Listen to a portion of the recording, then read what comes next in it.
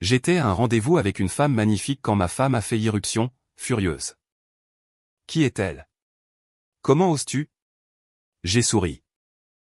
Voici la femme de ton amant et nous finalisons notre divorce. Elle a commencé à emmener son téléphone dans la salle de bain. C'est là que l'ambiance a changé. Avant ça, la maison, c'était simple.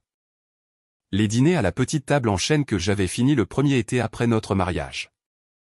Les baskets près de la porte, 2 tasses sur le comptoir. Son fredonnement pendant qu'elle pliait le linge. Puis le téléphone est devenu une 3e personne à notre table.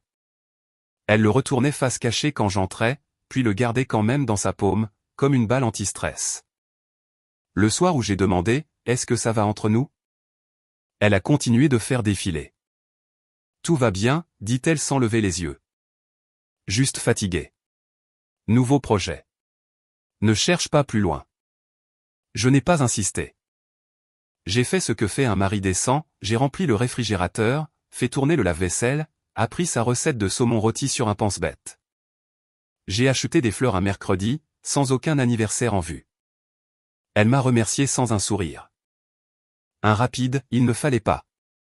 Comme si j'avais déposé un colis à la mauvaise adresse. Si j'avais su où cela menait, j'aurais resserré ma ceinture de sécurité. Les retards au travail sont arrivés ensuite. Avant, elle envoyait un texto, je serai là à 18h.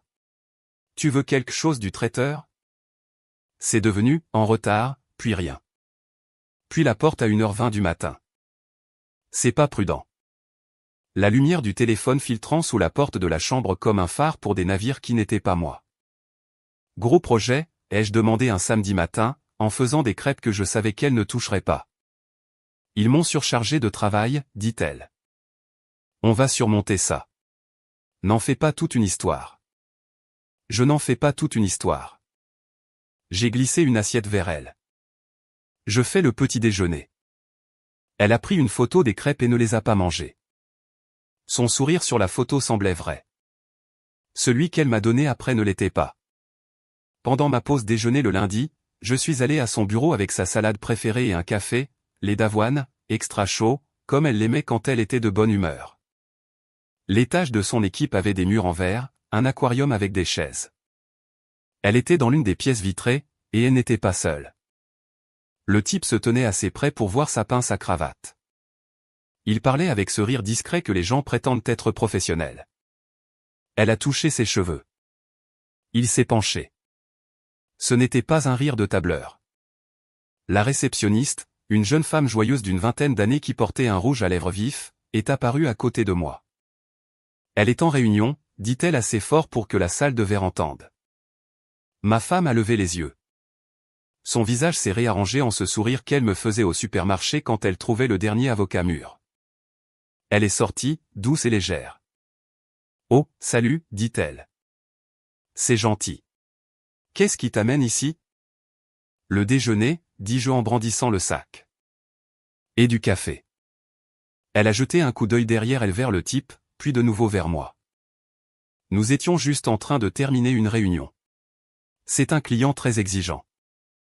Elle l'a dit comme la chute d'une blague.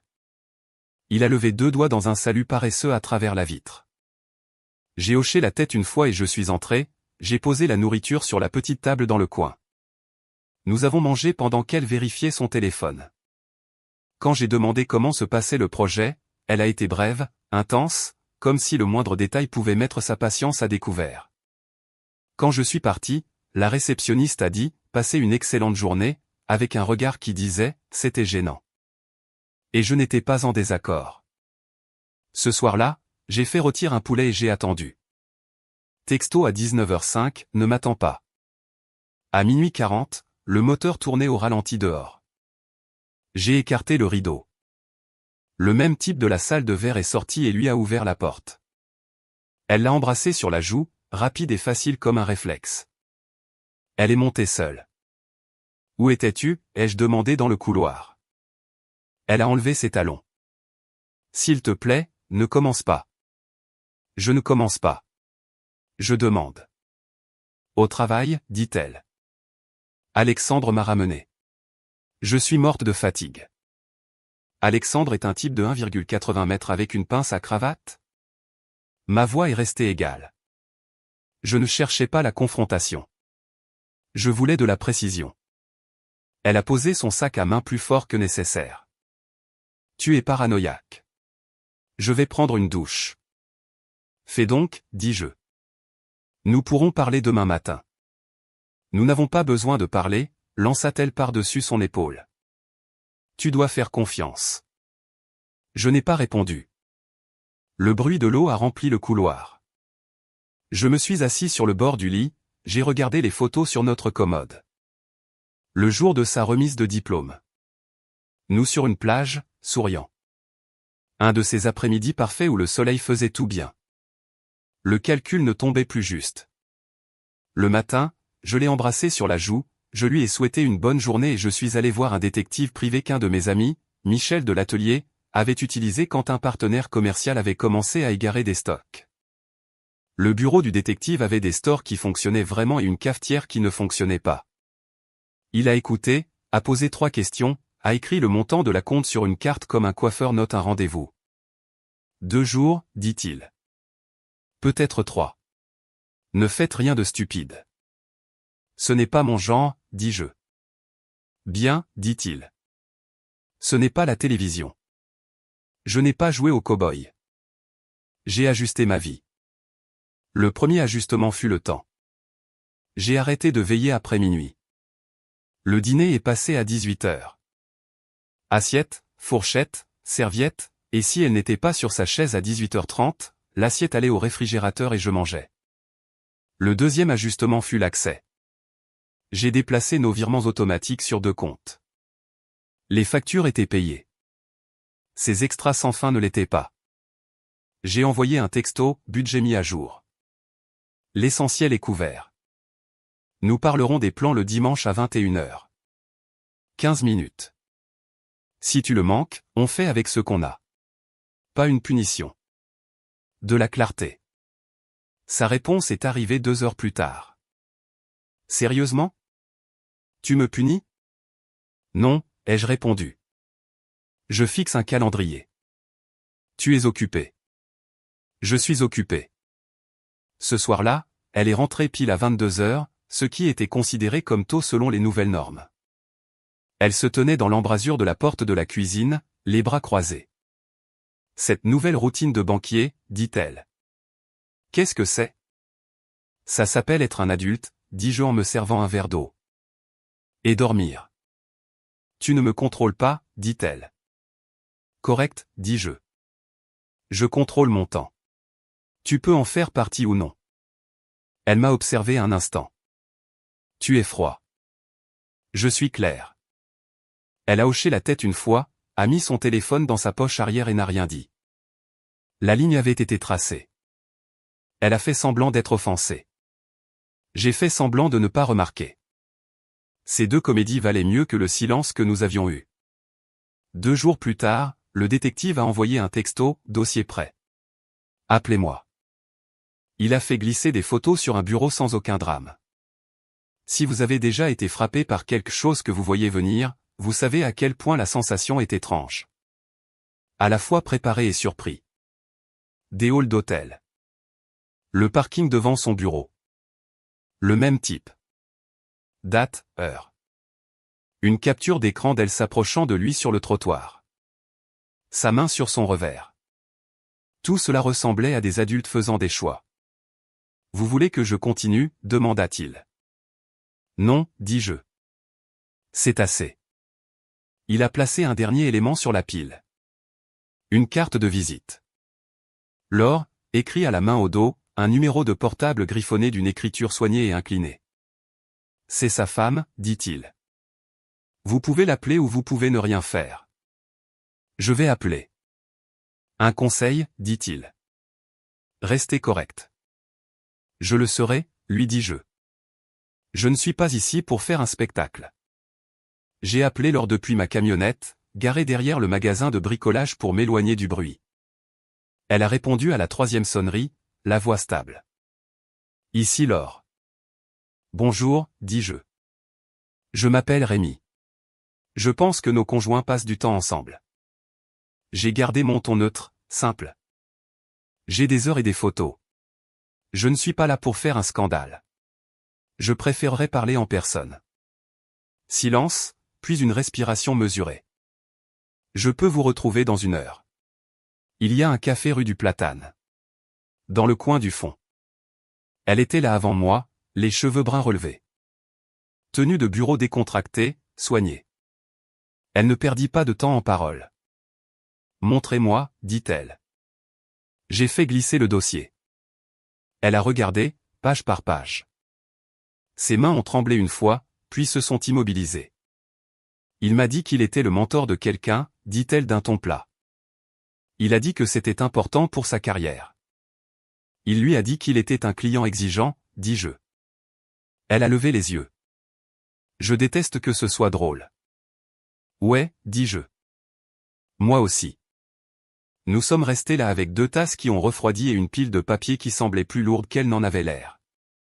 Quand la serveuse est venue voir, Laure lui a fait le genre de sourire que les gens font quand ils sont polis avec des inconnus et se tiennent avec du ruban adhésif.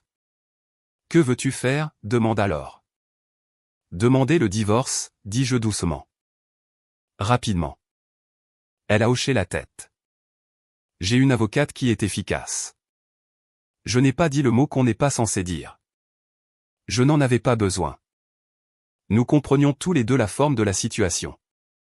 J'ai rencontré son avocate le lendemain matin, une femme d'une 50aine d'années avec une voix vive et un bureau sans désordre. Elle a lu, a demandé, a conseillé, puis a posé une main sur le dossier comme pour prendre note de son poids. Pendant que les documents sont en cours, dit-elle, n'annoncez rien. N'essayez de piéger personne. Laissez le processus suivre son cours. Gardez vos finances stables, vos communications brèves, vos attentes basses. Ça, je peux le faire, dis-je. J'ai quitté son bureau et j'ai tracé une autre ligne. J'ai annulé un week-end que nous avions prévu des mois auparavant et je l'ai transformé en partie de pêche avec Michel et son frère. J'ai retiré de mon trousseau la clé qui ouvrait le garage de son bureau. J'ai mis nos calendriers en partage mais non fusionnés. Ce soir-là, pendant le créneau de 15 minutes que j'avais programmé, je me suis tenu dans la cuisine et j'ai fait simple. Les dimanches sont ma journée maintenant, dis-je. Salle de sport le matin, atelier l'après-midi, appel le soir. Je ne serai pas disponible pour des faveurs de dernière minute. Elle se tenait de l'autre côté de l'îlot. Waouh, dit-elle. Je suis vraiment désolé de déranger ta toute nouvelle indépendance. Tu ne l'as pas dérangée, dis-je. Tu l'as inspirée. Elle a souri sans chaleur. Tu es mesquin. Non, dis-je. Je ne suis même pas créatif. J'en ai juste marre d'improviser. Elle a ouvert la bouche pour une réplique, puis a pivoté. C'était le premier virage en douceur. Elle a tendu la main, a touché la mienne comme une offrande de paix. Écoute, dit-elle.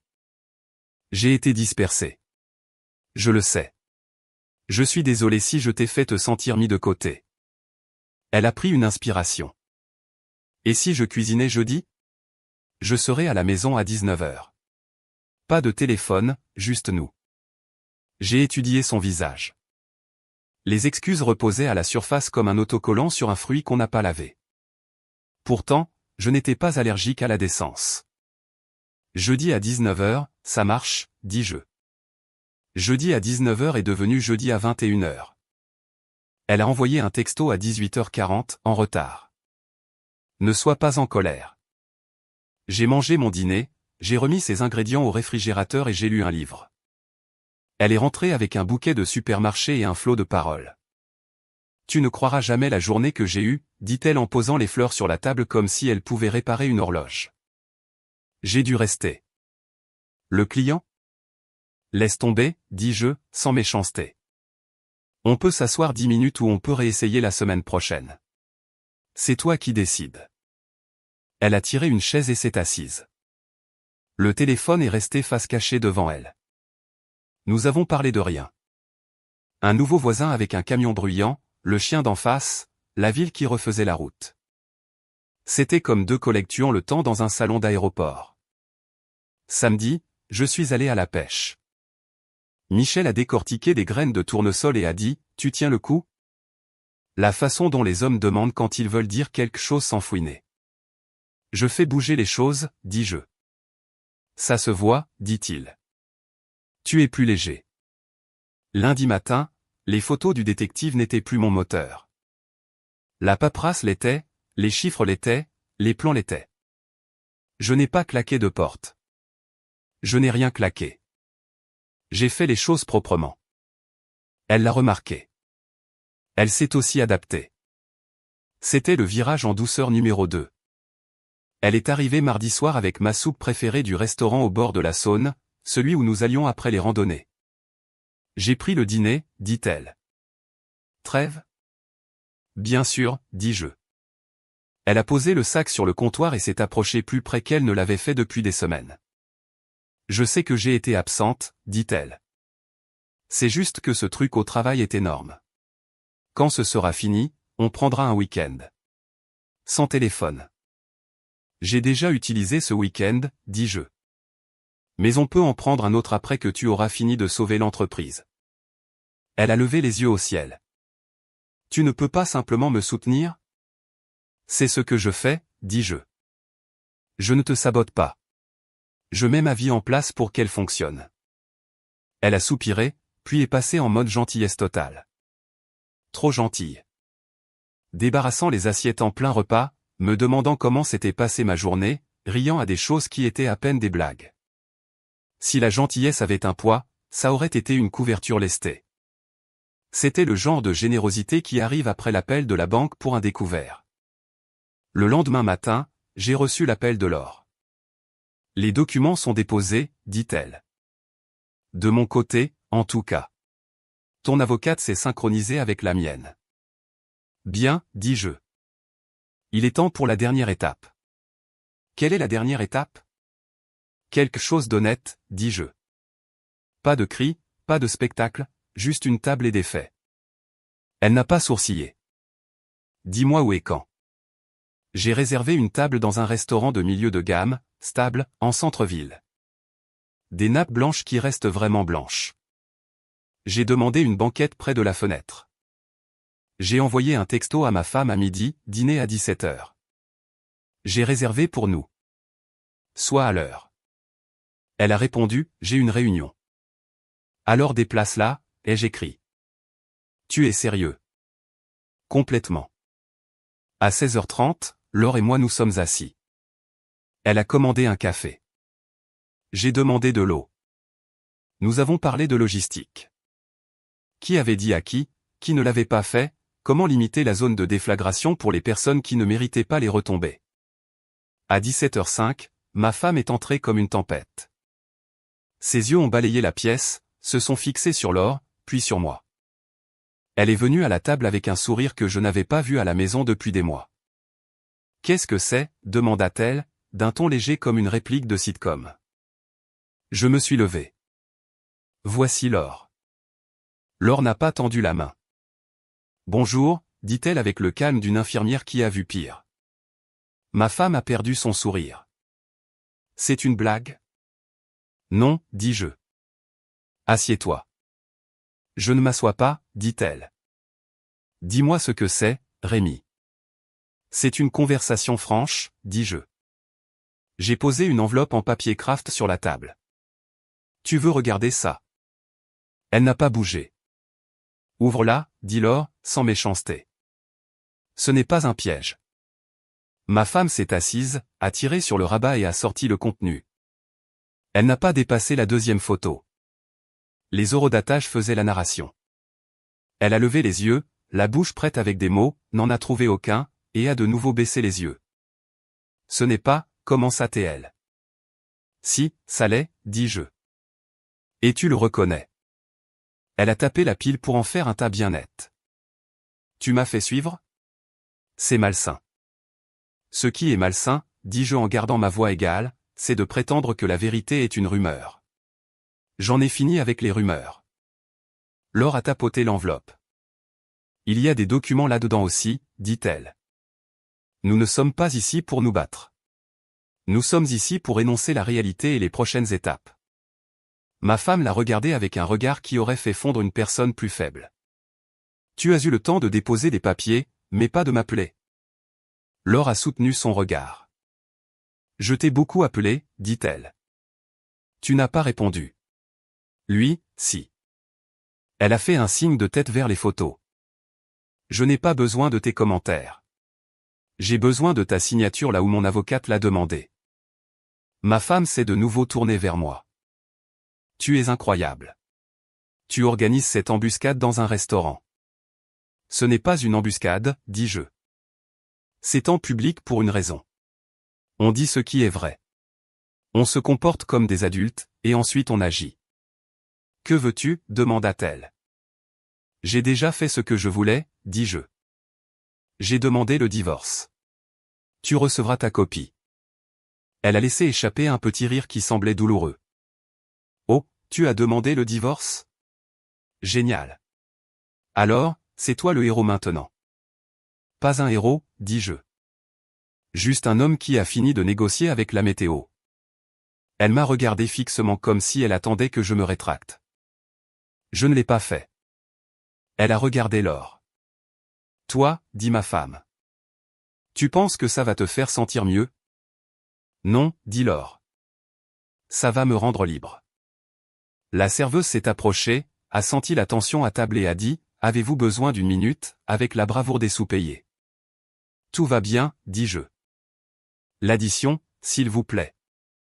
Je n'ai rien commandé, a claqué ma femme. C'est vrai, dis-je. Parce que tu pars. Elle a cligné des yeux. Tu me mets à la porte d'un restaurant? Je termine une réunion que j'ai commencée, dis-je. Nous avons fini. Elle m'a regardé, puis Laure, puis l'enveloppe. Sa mâchoire s'est contractée. Elle s'est levée. Tu jettes notre vie, dit-elle, la voix basse. Non, dis-je. C'est toi qui l'as fait. Je m'assure juste que les ordures sont ramassées. Elle a de nouveau ouvert la bouche, l'a refermée, a arraché l'enveloppe et est sortie. La porte a claqué si fort en se refermant que l'hôte a grimacé. Le volume de la salle est revenu à la normale lentement, comme une oreille qui se débouche après un vol.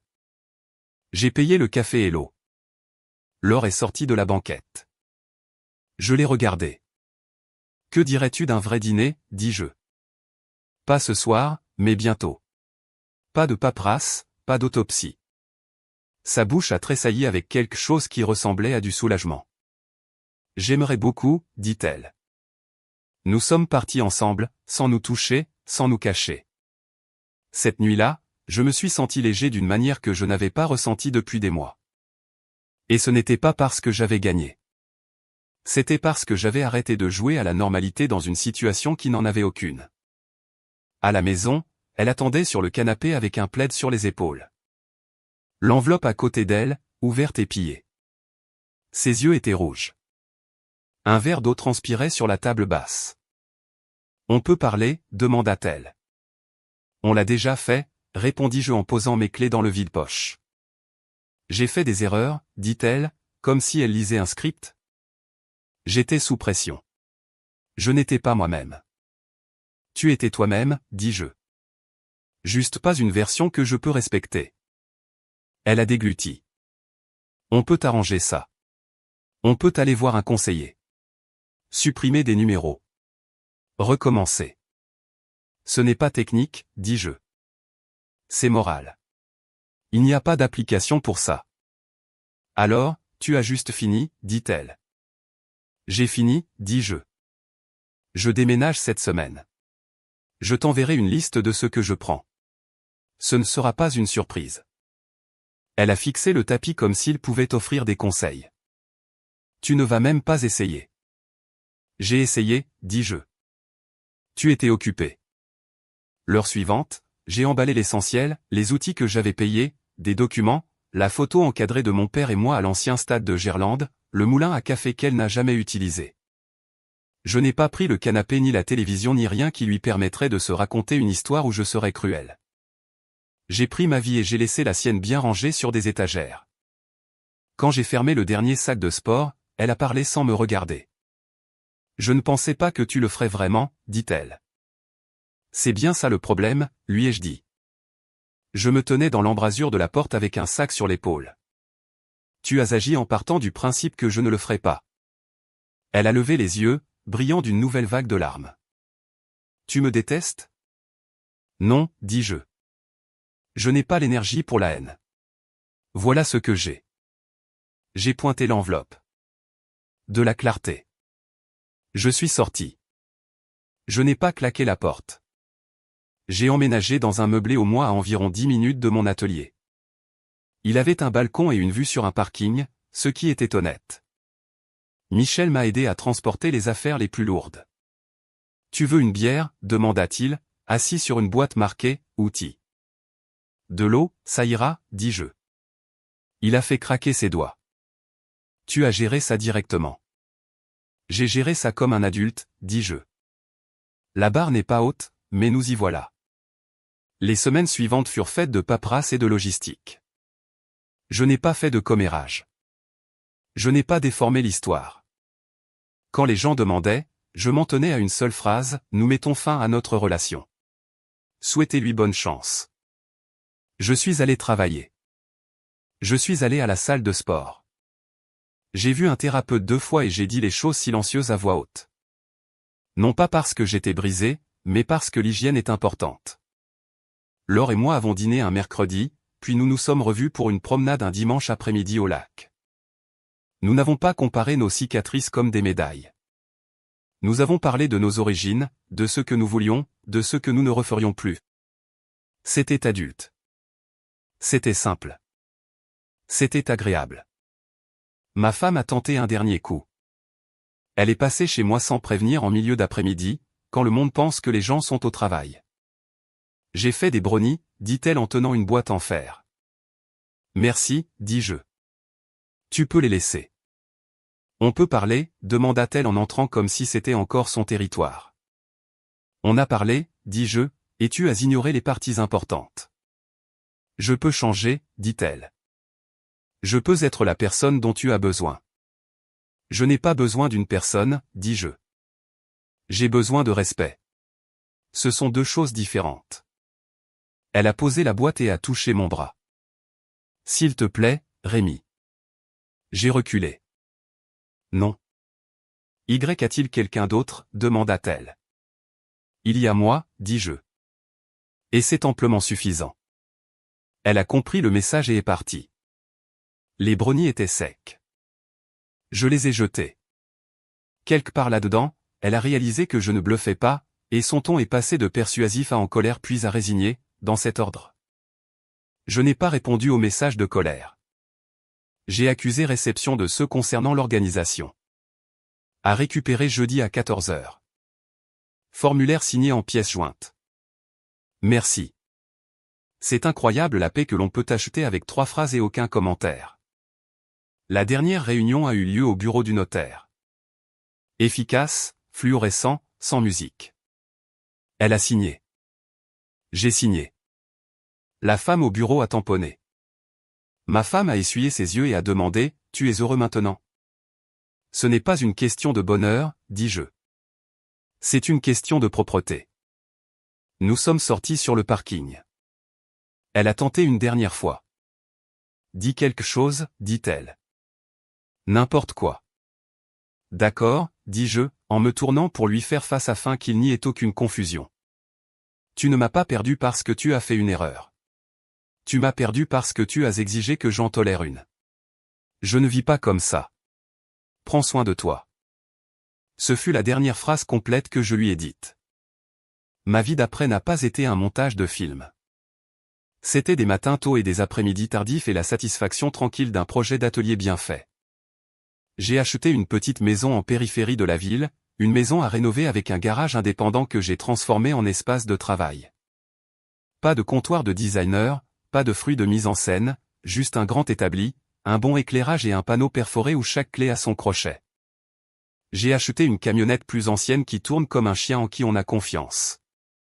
Le samedi, des gars du quartier m'apportent des petits moteurs et des étagères de travers. On parle du temps et du bois et du fait que la plupart des problèmes sont soit des vis foirées, soit un orgueil tenace. Laure et moi n'avons pas précipité les choses. Nous nous sommes donné des mois. Nous ne nous sommes pas inondés de mots doux. Nous étions ponctuels. Nous tenions nos promesses. Nous avons dîné avec ses amis, et je n'étais pas un fantôme sur une chaise. Nous avons pris un week-end dans un chalet près d'un lac sans réseau digne d'être consulté. Nous avons ri de rien, ce qui est différent d'éviter quelque chose. Un soir sur ma terrasse, elle a dit, « J'aime la façon dont tu mets fin aux choses que tu ne peux pas réparer. » Ça permet au reste de la machine de continuer à tourner, dis-je. Au travail, les choses allaient bien. J'ai décroché un contrat avec un entrepreneur qui avait besoin de rangements sur mesure pour une série de maisons de ville. Le mot s'est répandu que je livre à temps et que je ne vends pas de suppléments inutiles. Mon calendrier s'est rempli pour les 3 mois à venir. Michel a commencé à passer plus souvent, puis à plaisanter en disant qu'il allait voler mes meilleurs gabarits. Je lui ai dit d'apporter des croissants à la place. Il l'a fait. J'ai eu des nouvelles de mon ex par les canaux détournés qui transportent les nouvelles dans les petites villes. Elle a emménagé dans un appartement plus près du centre-ville. Ce client n'est pas devenu un mari.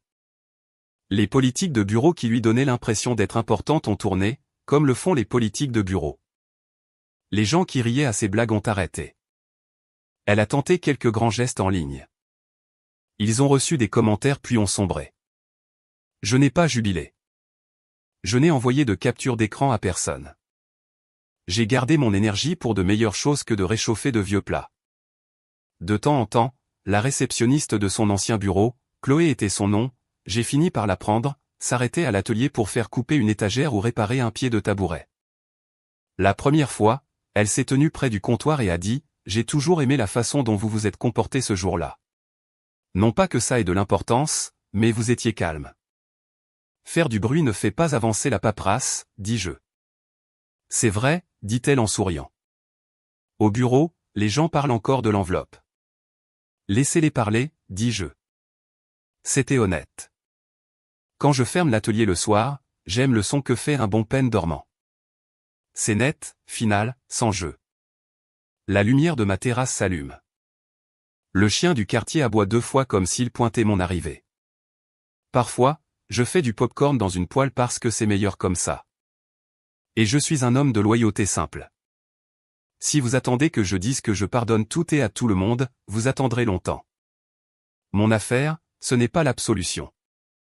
C'est de poser des limites. C'est comme ça que les adultes empêchent leur vie de saigner partout sur le sol. Mon ex l'a appris tard. Je l'ai appris à temps. Je n'ai pas besoin d'une parade pour ça. J'ai besoin d'une bonne nuit de sommeil et d'un atelier propre. Les gens me demandent si je ferai quelque chose différemment. Je ferai une chose, agir plus tôt. La première fois que le téléphone est allé dans la salle de bain, j'aurais dû retirer mon temps de l'équation. Pas pour punir. Pour être clair. C'est la leçon. Ne discutez pas avec le brouillard. Allumez les lumières. Si quelqu'un plisse les yeux face à la luminosité, ce n'est pas votre faute. Le dernier message qu'elle m'a envoyé était des mois après que le tampon ait séché. Je pensais que nous étions solides, a-t-elle écrit. Je pensais que tu ne partirais jamais. J'ai regardé le message une seconde, puis j'ai appuyé sur supprimer. Pas par dépit, par maintenance. Voici ce que je dis à Michel quand nous sommes assis sur le haillon de ma camionnette après avoir chargé du bois. Ce n'est pas que je ne crois pas en l'amour. J'y crois. C'est juste que je n'échangerai pas le respect contre lui. Si ça fait de moi quelqu'un de froid, très bien. Mes mains sont chaudes. Je gagne mon sommeil. Un dimanche soir à la fin de l'automne, Laure et moi étions dans mon garage à regarder un coffre en cèdre que j'avais fabriqué pour l'anniversaire de sa nièce. Le résultat était impeccable. Le couvercle s'ajustait bien. Pas de cliquetis. C'est vraiment bien, dit-elle en passant la paume de sa main sur le dessus. Tu sais ce que j'aime le plus? Quoi? Tu n'as pas parlé de le fabriquer, dit-elle. Tu l'as juste fabriqué. C'est ça l'astuce, dis-je. Elle a hoché la tête, puis a pris ma main. Simple comme d'appuyer sur un interrupteur. Nous sommes entrés. La lumière de la terrasse s'est éteinte derrière nous sans que j'aie à y penser. C'est comme ça que je vis maintenant. Régler l'interrupteur, le laisser fonctionner, et si quelque chose arrête de fonctionner, le remplacer. N'argumentez pas avec une prise cassée.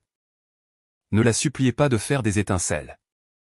Installer en une nouvelle, serrer les vis et passer à autre chose. Je vous laisse avec ceci. Le jour où j'ai rangé la dernière boîte dans le garage et l'ai étiquetée sans traîner, j'ai envoyé à Michel une photo du panneau perforé. Il a répondu, au poil. Puis il a ajouté, comment va la tête? J'ai répondu, droite. Il a envoyé un pouce levé parce que les hommes de plus de 40 ans sont constants comme ça. Ce n'est pas un conte de fées. C'est un registre net. Elle a perdu le confort qu'elle tenait pour acquis. J'ai perdu le bruit dont je n'avais pas besoin. Laure a gagné un partenaire qui est présent. J'ai gagné mon propre respect. Voilà le rendement. Voilà toute l'histoire. Et si j'entends un jour le moteur tourner,